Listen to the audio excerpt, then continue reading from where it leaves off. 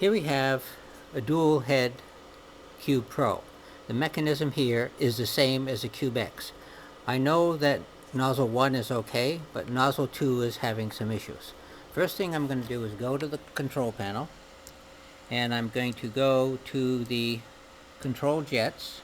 I'm going to go to the second jet, and I'm going to change the target temperature up to 260. And 260 will make sure that if it's either ABS or PLA, it will reach that point on. And the temperature's going up to 43, 56, and that sort of thing.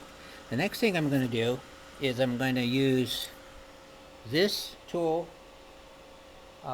and or this number 70 drill to poke out the nozzle just to make sure that the hole is clear and not plugged up with some sort of carbonized plastic.